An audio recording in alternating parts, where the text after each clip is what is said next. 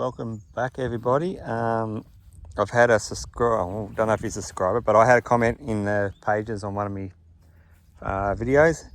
He wanted me to do tips on different types of metals. So I'm going to use Australian coins.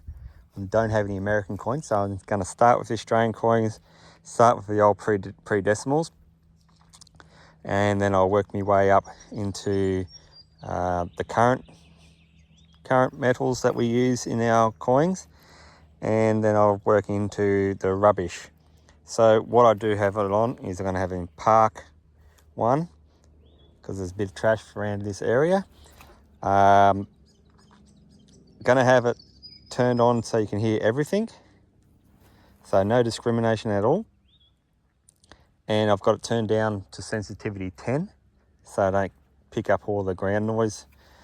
They're only sitting on a surface, so I'm not looking real deep on them, and I'm not going to do any ground balance or any of that rubbish. Half the time I just turn the machine on and go. I don't even do ground balance. I don't do noise cancel unless there's noise around.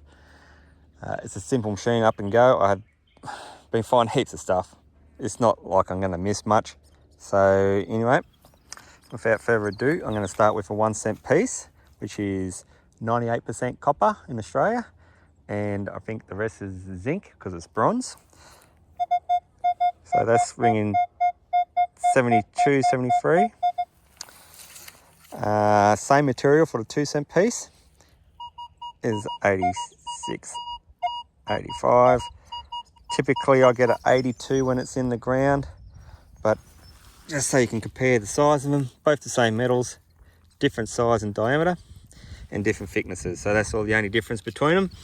That gives you that little bit of difference in the material by about 10. Gonna go to an old halfpenny, which is the double ringer. So I'm getting a 66, 65. Come over to the modern halfpenny, which is made after the 1947 I believe. So it's a rue penny. Slightly different, 62, 63. Different compositions. They changed them. Same dimensions, same diameter, same thicknesses, just different materials, different age. All right, so moving on to the pennies. So start with the old double ringer halfpenny. So I've got a 76, 77, and this one's going to surprise you. Going on to the new penny, 87. Now I've had that ring up around about the 91s, depending on your soil. Like I said, same diameter, same thickness, just different materials. And as a comparison, I've also got some silver rings that I found, starting with this one here. So 71, 72, 73. So you could almost say that would be the same as a 1 cent piece. This one here, a little bit more difficult, and I'll show you why. It's all over the place. And it's a good thing this is why you move around your target. It's in the 70s, and the reason being why it is moving around is because of that there. You don't see it, but there's a crack. Metal doesn't conduct very well when it's cracked. See, now if you stick it nice and tight, it gives you a better signal. I've got an old 5 cent piece, one that's corroded, 18, 19, and a new one that's it's more 19 than it is 18. Moving on to the 10 cent piece. So that gives me 28, and there should be another one here, 29. So the first one was a 10 cent piece, slightly corroded, and the next one is 29. So now I'm on to a 20 cent piece, an Australian 20 cent piece this is, slightly corroded. So 42, a newie, 42, so that's pretty good. Moving on to a 50-cent piece. 47, 48. And moving on to a $1. Now, that's a 67, 68. The reason the $1 is different is it's made of different material. It's got aluminium and copper metal. And now we're going on to the $2 coin, which is the same material as the $1. We've got a 62, 63, 64. And the reason the $2 and the $1 is only purely the size difference. Okay, so I've set up for my next lot. I've got a spoon here, silver plated, copper. 36, 37, 38, 39. So it depends on the direction you do and what your number you'll receive. You'll hear that long drawn out. So that's how you can tell it's rubbish metal. Usually it changes and you've got different lengths of signal. I've got a small target here.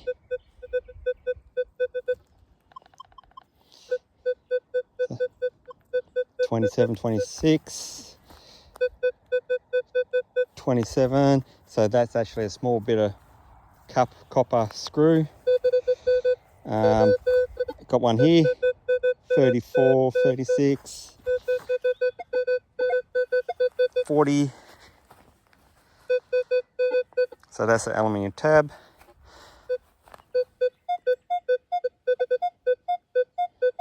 So that's different. It varies.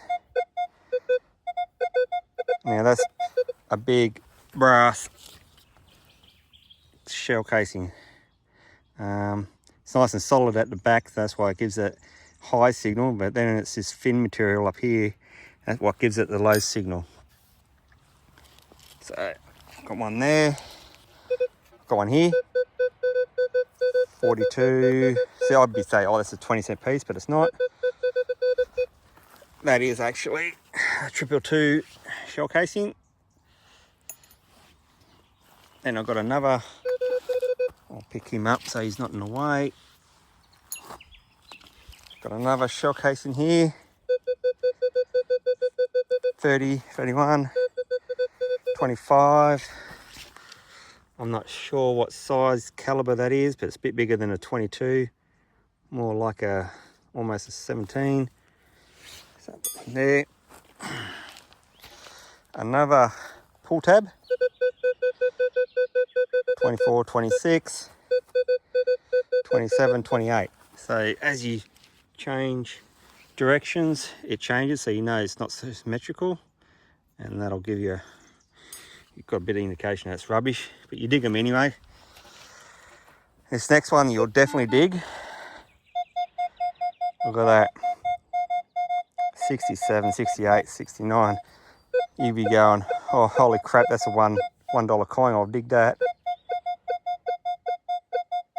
But you can hear a bit of modulation in there, or that little tweaking, so it gives it an indicator that that could be rubbish, but it doesn't there. I would dig that. Could almost be a 1-cent piece, but it's just an aluminium bottle top. I do have another target here. I've got to find him. Oop, another pull tab. Solid 40. Solid 40. I would dig that too, because that's in a range of a 1947 afterwards footprints. They get a 41, 42. Oh, that's right. I've got one here that's different.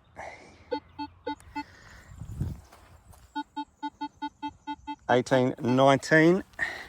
That's a 22 short shell. So a 22 bullet, but only half the length. And if I'm lucky, I can find another one. Oh yeah, there you go, look. A solid 17, 18. little flat washer. Actually not a washer, that used to be on a shotgun shell,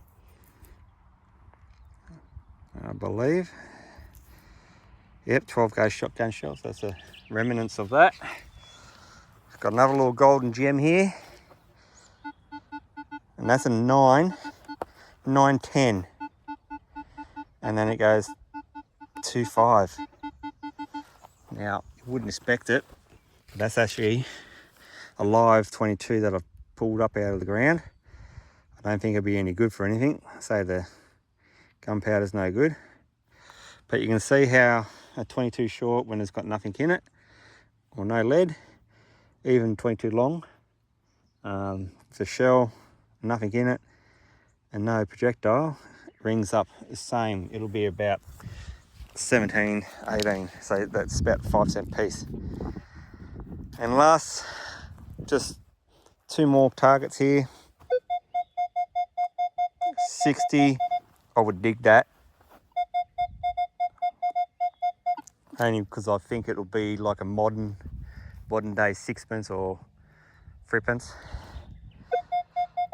60, 61, 62, almost a $1 coin, $2 coin, sorry. And then got this one here, 50, 59, 40.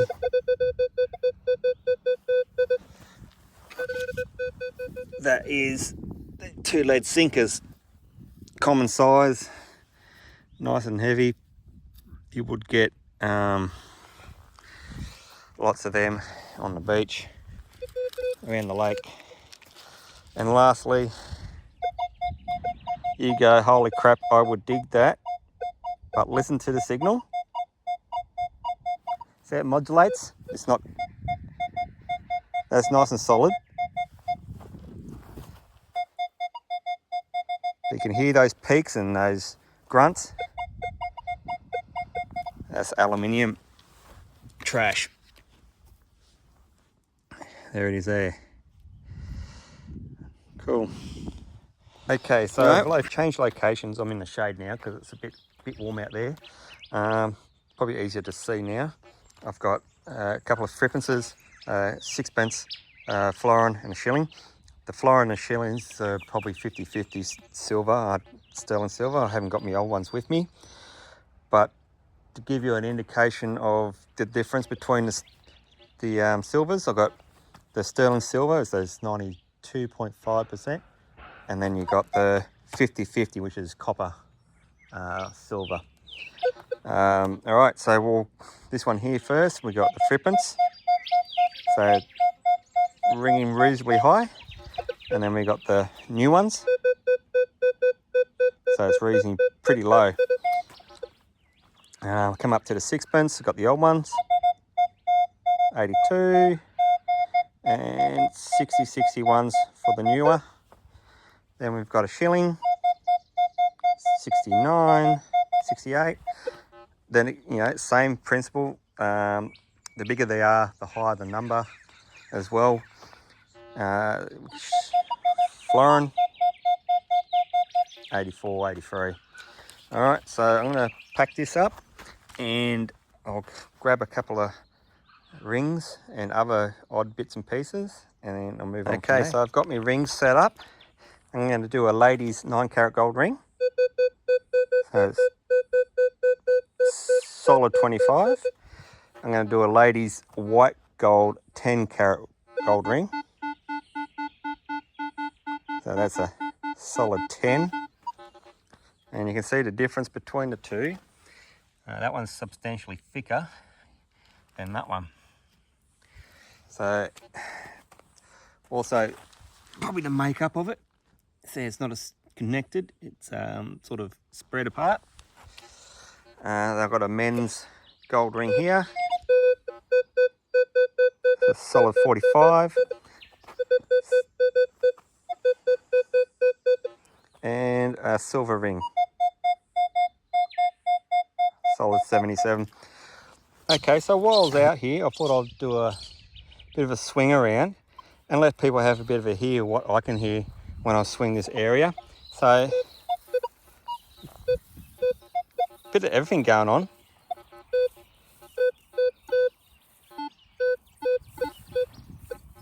So I'm sweeping over a big target area, and it's just terrible.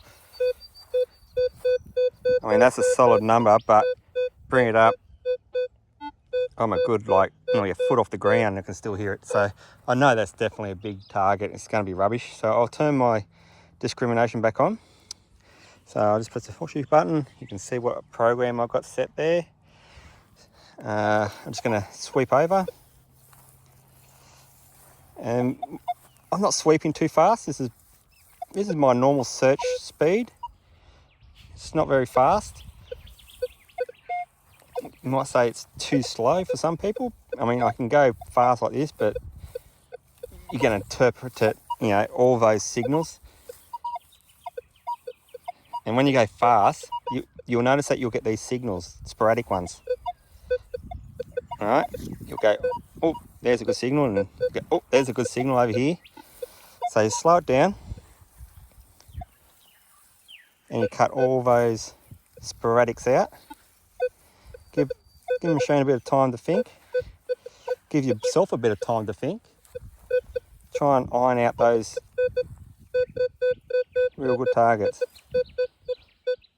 Yeah, see, I'm a foot off the ground again. I'm still picking that up. That's definitely not a good target. That's definitely rubbish.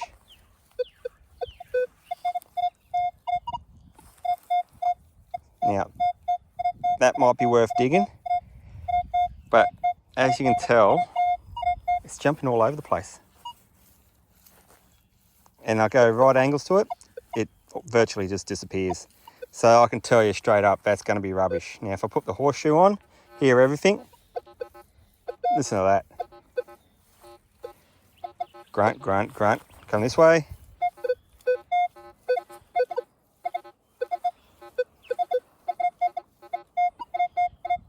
You can probably argue there's something worth digging in the middle of all that. I disagree. But for the purpose of this exercise, I'll dig that. I'll put that there. Go grab my spade.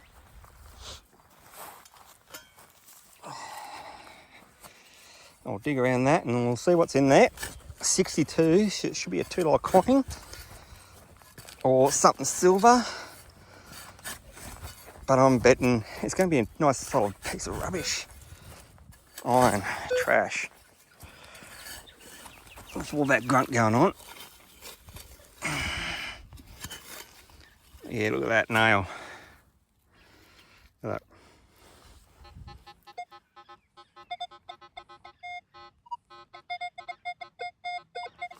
So it depends on your orientation.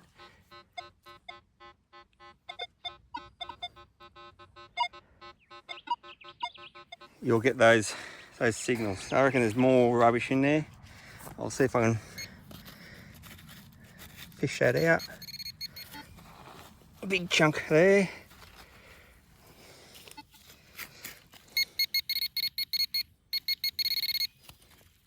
And more.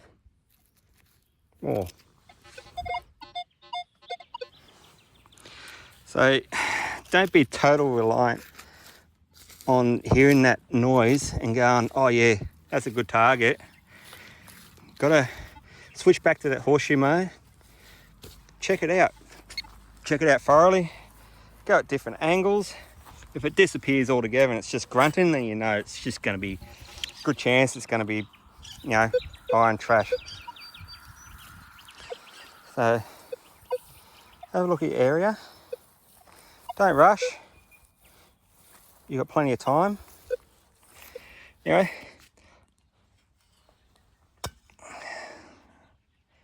hope that helps determine what's rubbish, or give you a good bit of indication what's rubbish and what's worth digging. Yeah. I'll see you next time.